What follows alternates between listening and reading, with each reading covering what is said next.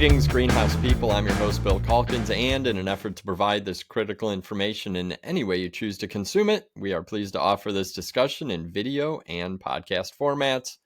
My guest today is Josh Henry, a technical specialist with Ball Seed, who's here to share protocols for ornamental pepper propagation and finishing as part of our Tech on Demand series covering key annuals and perennials commercially produced around the world. Ornamental peppers are a fun addition to any plant program, especially in the fall, and the number of varieties and unique colored, although usually inedible, fruit is so cool for consumers to use in pots, combos, or even as decorations. But like many crops, optimal production requires planning, close attention, and specific protocols to avoid losses. Josh is here to help reduce risk in this process. If you like this installment, be sure to subscribe to the Tech on Demand podcast on your favorite app and find dozens, if not hundreds, of Tech on Demand videos on the Ball Seed YouTube channel. But that's enough out of me. Josh, welcome to Tech on Demand. How should our viewers and listeners approach ornamental pepper production? Thanks a lot, Bill. Yeah, so ornamental peppers are going to be very similar to our traditional peppers that are grown for actual vegetable production. There's a couple of really important keys to success that we're going to cover. And I think one of the big take home messages that I want to drive home is that they really need a lot of heat. Heat and other different inputs like fertilizer, those are some of the things that we have to consider. So let's jump into it. As far as the crop background is concerned, like I said, this is our typical capsicum annuum. It's same as our vegetable peppers. However, a lot of these are bred to be specifically ornamental and not edible. That's one thing that's important to keep in mind. These are going to be seed propagated. One of the really important keys to success here is that you purchase good, high quality seed that has been tested for pathogens. Peppers of all kinds, whether they're edible or ornamental, are susceptible to a lot of seed-borne pathogens. Specifically, Xanthomonas bacterial leaf spot is very, very common in peppers. And so it's important to make sure that your seed has been tested for these types of pathogens to make sure that you don't have issues with that causing bacterial leaf spot throughout the crop cycle. Ornamental peppers can be grown in a lot of different ways. They can be grown in pots, in combos, and also used in the landscape. There's a lot of different genetics that are available from a lot of different breeders. Some have been bred for more compact growth. A lot of our ornamental peppers tend to be on the smaller side. There's also a lot of good drought resistant genetics, and they're typically used as a fall crop. So a lot of times when you're growing these out, they're going to be grown, propagated in late spring through the summer, and then finished in the fall. For your production timing, it's typically going to take about 3 to 5 weeks to propagate your plugs in about a 288. That's typically the recommendation for most varieties. And finishing is going to take about 7 to 15 weeks. So let's start off by talking about propagation, starting with stage 1, germination and radical emergence. This is going to happen pretty quickly over the course of about 5 to 7 days. As I mentioned, you typically want to aim for a 288 cell plug tray for ornamental peppers. And generally, the recommendation is to cover lightly with vermiculite. They don't require light to germinate, so you can get away with getting that nice cover on them just to keep them nice and moist and provide that nice little microclimate to get them germinating more uniformly. You'll want to use a standard propagation media, something with a pH of about 5.5 to 5.8, so a little bit on the lower side. And you want to sow them in a plug tray with an initial moisture level at about a level 4 when you're looking at the 1 to 5 moisture level scale. So fairly moist, but not completely saturated. As you move them out into the greenhouse to start that stage 1 germination, you want to make sure that you give them really nice, warm substrate conditions. Like I mentioned before, ornamental peppers and peppers in general are a very heat-loving crop, and so you want to have temperatures of about 70 to 75 degrees Fahrenheit or 21 to 24 Celsius in the substrate to ensure that they have enough heat to germinate nice and quickly and uniformly. And then for the remainder of stage 1, you want to try and maintain an irrigation level of about a 4. You don't really want to let them start drying out until they've actually come up and you start seeing those cotyledons. It's also important to note that different varieties that are on the market may have different recommendations for the optimal temperature. This 70 to 75-degree range is pretty standard. However, there are some genetics where if you look at the culture sheet, they recommend all the way up to the mid 80 degree mark. So some peppers may even do better with slightly warmer temperatures than this 70 to 75 degree range. Next, let's move into stage 2 with cotyledon expansion. This is going to take about 7 to 10 days.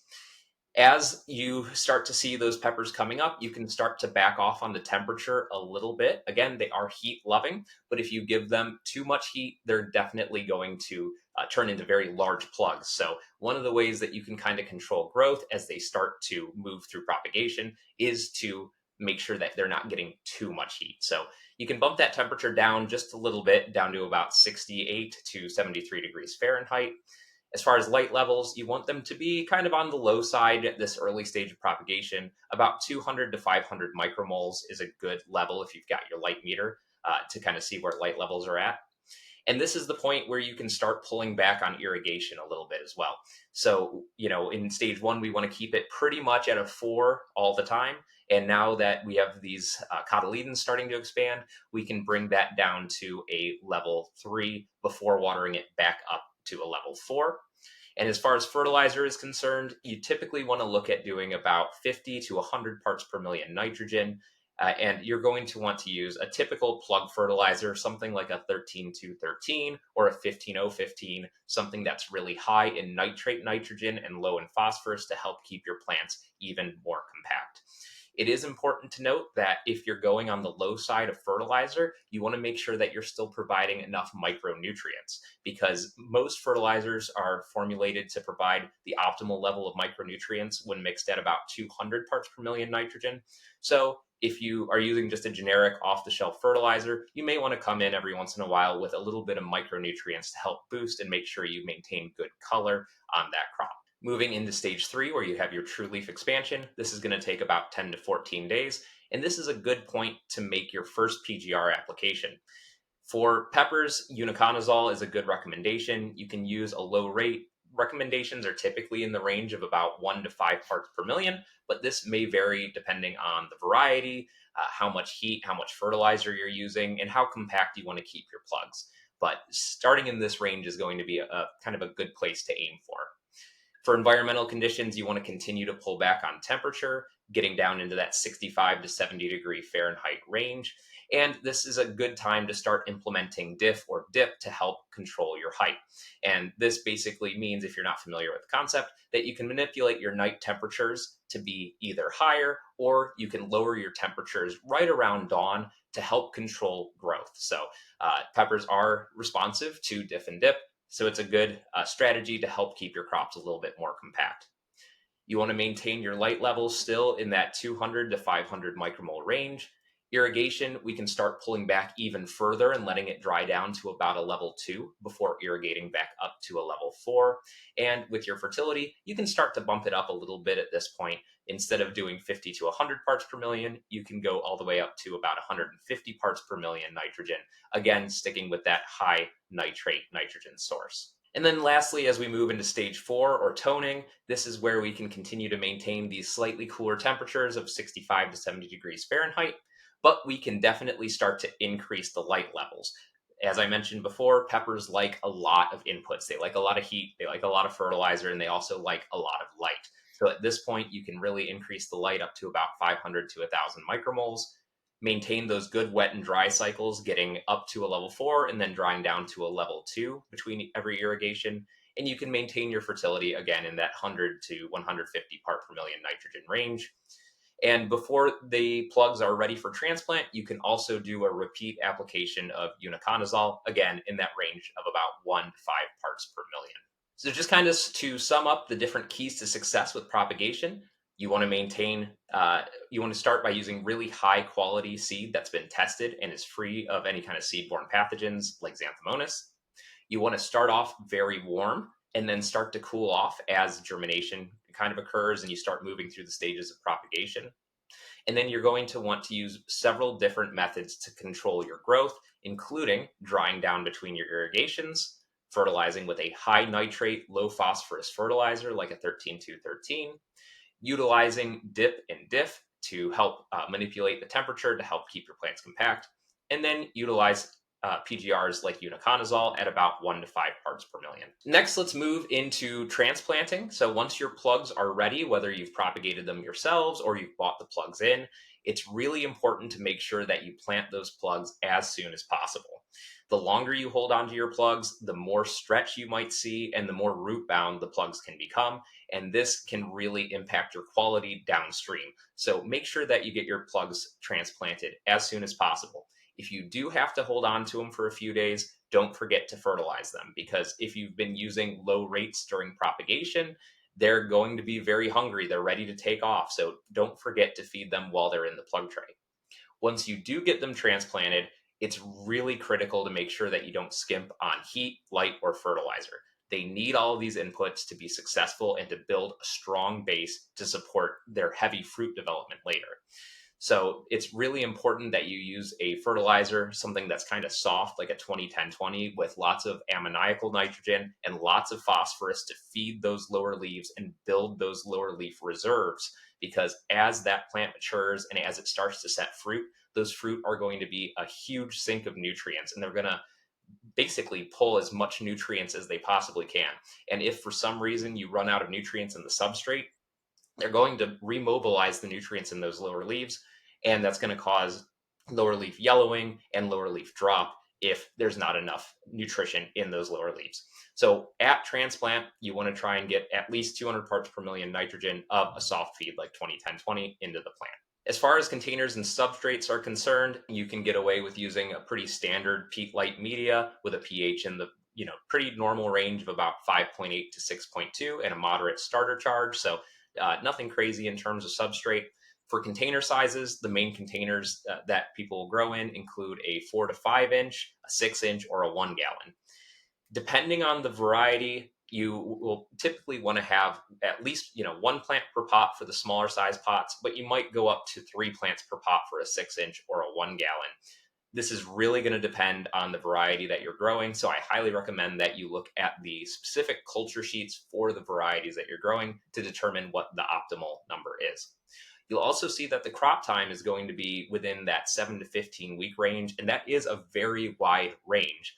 But again, something that is specific to the variety, and it also depends on your inputs.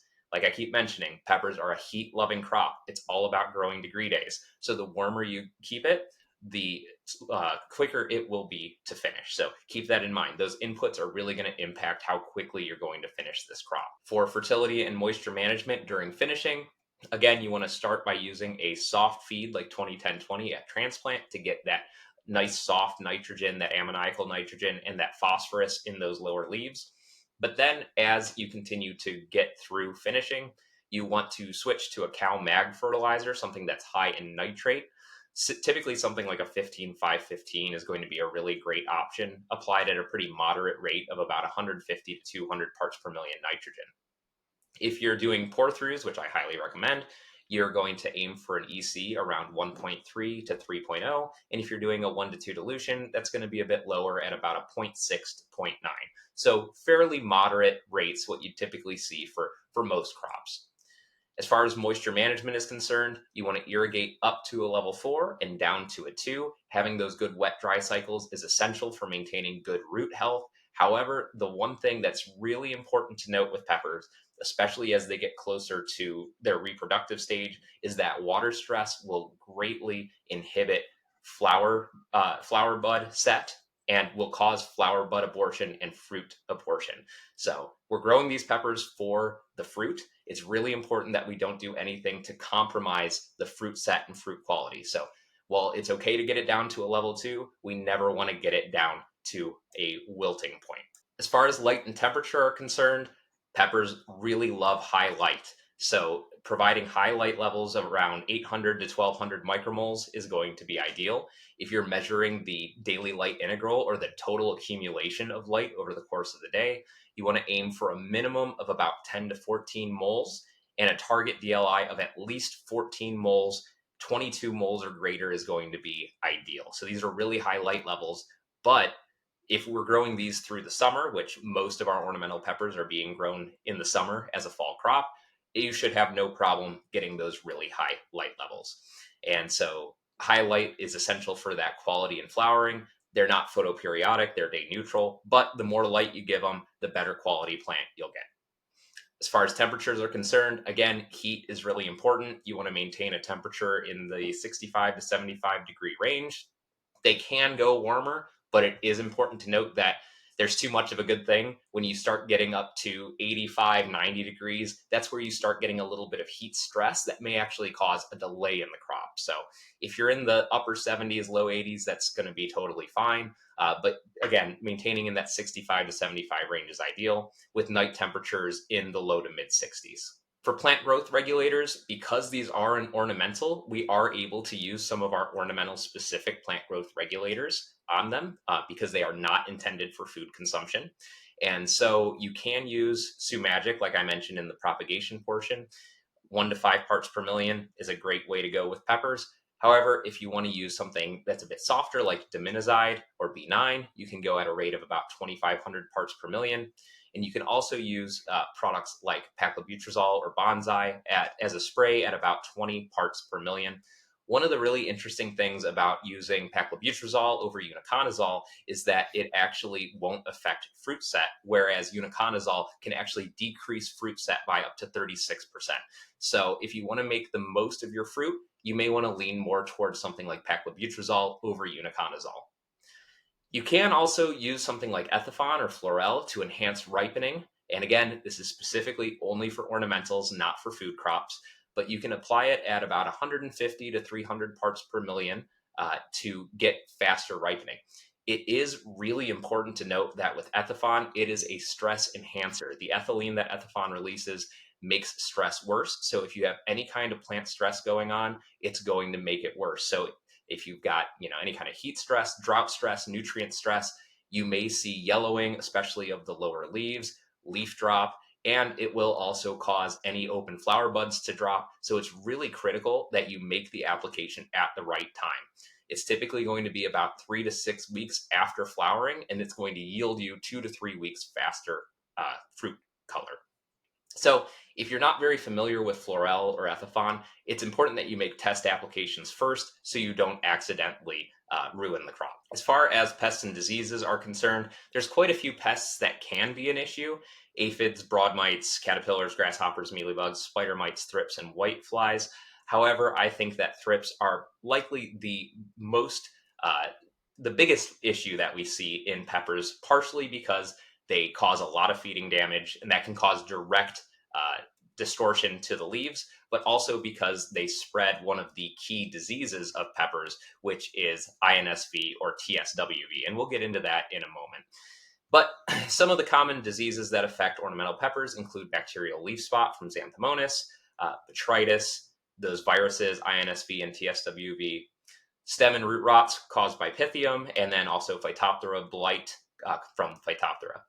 One thing I do want to mention is that we do have a nice at-risk crops document that you can see on the slide here, and a link to that slide to just discuss what Xanthomonas is and how to prevent it during pepper production. For bacterial leaf spot, there's in some ways not a lot that you can do compared to some of our other diseases. Prevention is definitely the key to success here by making sure you get good quality tested seed. That is going to be your first key to success. However, even with good quality tested seed, bacterial pathogens happen to be out and about pretty regularly. So there's a lot of things you can do from a cultural standpoint to control bacterial leaf spot. Sanitation is really key here, right? Between crops, you want to make sure that you're physically cleaning surfaces, getting rid of any kind of plant debris, getting rid of weeds, and then using sanitizing agents like quaternary ammonium to sanitize all of your growing surfaces prior to bringing a new crop in. You want to make sure that you break those green bridges by having a nice little gap between crops, just so that there's no chance of pests and diseases jumping from one crop into the next one. As far as bacterial leaf spots are concerned, They primarily spread through splashing during irrigation. So if you do have to overhead irrigate, make sure that you irrigate early in the morning so that there's time for the leaves to dry over the course of the day. And you want to try and limit splashing as much as possible. I know that can be a lot easier said than done, but it's something that's really critical for a crop like peppers that are very sensitive to bacterial leaf spot. If you do see bacterial leaf spot, you want to try and make sure that you get that plant removed from your growing area and destroyed as soon as possible. It's best to bag it in place and then remove it from the premises. Please don't put it in the compost pile or try and reuse any of the materials that were used to grow the plant, anything like substrate or pots. We don't want to risk having that pathogen move from those materials into a future crop. So just destroy any kind of affected materials. And then also you can increase your air movement and reduce humidity. Those are all things that are going to help keep the canopy dry and prevent the spread of bacterial leaf spot pathogens. There are a few chemical control options. Our main ones are going to be copper products like Phyton that are effective against both fungal pathogens and bacterial pathogens. Also, there is Postiva, which on the label says that it does have a bacterial suppression effect. So it's not necessarily a first line defense. However, you can implement that in your rotation to hopefully help prevent any kind of bacterial issues. You can also use some different biological options, different bacillus strains that are available in products like Cease and Triathlon to help, again, more just to prevent that bacterial leaf spot disease. As I mentioned before, thrips are a huge issue, partially because they cause that initial damage, but also because they spread these two really important viruses, impatiens necrotic spot virus and tomato spotted wilt virus. They're pretty much vectored only by thrips. So making sure that you control thrips is the best way to make sure you can control these diseases in your crop. So you want to make sure you have an effective chemical rotation to control thrips and a good biological program if that's something that you're investing in your facility. It's also important to remove any weeds in the greenhouse, around the growing area, because these weeds can act as an alternate host both for the virus and for thrips. And so making sure that you keep everything clean, get rid of your weeds is really, really crucial to controlling this disease. You can do in-house testing for these pathogens if you use something like immunostrips. However, it's also important to keep a diagnostic lab handy if you want to send in a sample just for testing sake. If you're not sure if the symptoms you're seeing are due to these viruses, you can send it to a diagnostic lab and confirm whether or not it's INSV or TSWV. There are no curative options once you confirm whether or not you have this virus. So the only thing that you can really do is destroy any infected plants. Again, bag them in place, remove them, and get them out of your facility and destroyed as soon as possible. I will also note that we have some nice guides available on the Ball Seed website covering impatiens necrotic spot virus and tomato spotted wilt virus. So check those out if you need a little bit more information. So for the key takeaways for ornamental pepper production, sanitation, sanitation, sanitation. Sanitation is key. You need to start clean, and that's not just within your own facility, but also by getting good, high quality tested seed that's going to reduce any kind of disease problems downstream.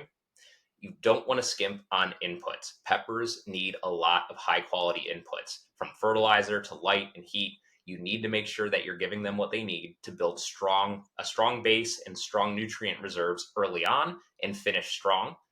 And then you also want to make sure that you limit stress. This is especially important once you start getting into the reproductive stage to make sure that you don't have any loss in fruit or flowers, no leaf drop, no fruit drop, or anything like that.